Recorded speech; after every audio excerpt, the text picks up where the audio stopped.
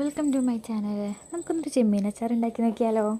ഞാൻ ഇൻസ്റ്റാഗ്രാമിൽ കണ്ടൊരു റെസിപ്പിയാണ് കേട്ടോ അത് കണ്ടപ്പോൾ എനിക്ക് ഉണ്ടാക്കി നോക്കാനൊരു ആഗ്രഹം തോന്നി. അങ്ങനെ ഉണ്ടാക്കണത്.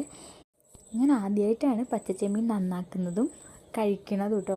അപ്പോൾ എനിക്ക് അതിൻ്റെ ഒരു ക്യൂരിയോസിറ്റി തോന്നുന്നുണ്ട്, എങ്ങനെ ഉണ്ടാവും ഇതിൻ്റെ ടേസ്റ്റ് കാര്യങ്ങളൊക്കെ. ഉണക്കച്ചെമ്മീൻ ഞാൻ കഴിച്ചിട്ടുണ്ട്, പക്ഷേ പച്ചച്ചെമ്മീൻ ഞാൻ ഇതുവരെ കഴിച്ചിട്ടില്ല.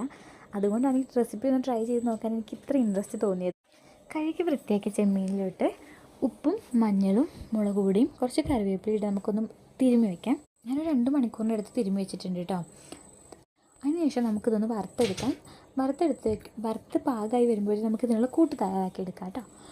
ഒരു മിക്സിയിലേക്ക് ഇഞ്ചി വെളുത്തുള്ളിയും പച്ചമുളകും കുറച്ച് കടുകും വിനാഗിരിയും ചേർത്ത് നമുക്കൊന്ന് അരച്ചെടുക്കാം. ഈ അരച്ച മിക്സ് എണ്ണ ചൂടായി അധികം കടുക് പൊട്ടിച്ച് ഈ മിക്സ് ഇട്ട് നല്ലോണം ഒന്ന് മൂപ്പിച്ചെടുക്കാം.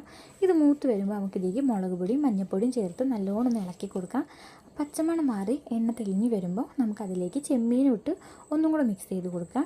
ചെമ്മീനിട്ട് മിക്സ് ചെയ്ത് കഴിഞ്ഞതിന് ശേഷം ഈ സമയത്ത് കുറച്ച് വിനാഗിരിയും കൂടെ ചേർത്ത് കൊടുക്കണം. ഞാൻ വിനാഗിരി ചേർക്കാൻ മറന്നതാണ്, അത് വീഡിയോ എടുക്കാനും എനിക്ക് പറ്റിയിട്ടുണ്ടായിരുന്നില്ല.